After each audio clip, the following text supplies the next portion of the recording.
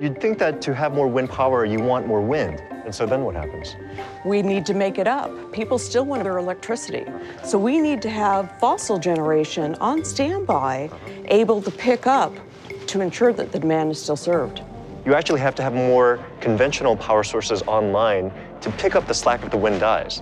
We'll need something to pick up the slack if the wind dies. Mother Nature is always going to be Mother Nature. You can't count on it.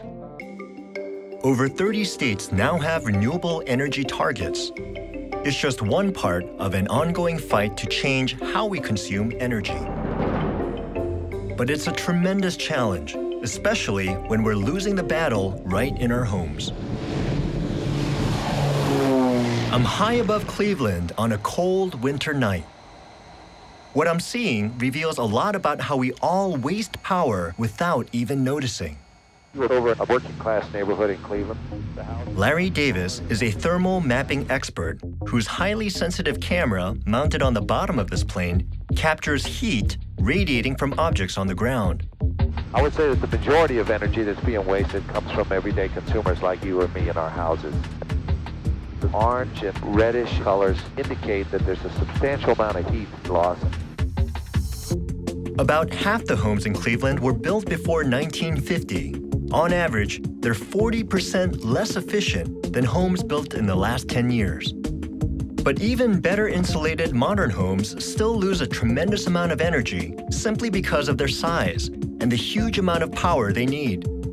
They're going to get larger as we cross this road. They're moderate size, the kind you might see in suburbia, are still losing a substantial amount of heat energy.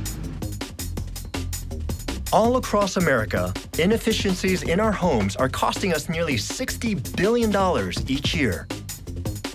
Our path takes us over new houses, older construction, industrial zones, acres of greenhouses, a nuclear power plant, and Cleveland's downtown. The city explodes in Larry's screen like an inferno. This is a really eye-opening experience. I never saw so much heat or energy loss happening everywhere you look. But the thing that's really boggling my mind is the fact that we're wasting so much heat and energy underscores the fact that we're using massive amounts of energy to begin with. Well, that's right. We're consumers, literally, from the time we're born to the time we die. There's no way to get around it. The amount of energy involved is spectacular. Beginning in 1994, for the first time, American homes and offices began to consume more electricity than American industry. It's an addiction we can't seem to shake. The main electricity users are no longer aluminum smelters, steel mills, or car factories. It's you and me.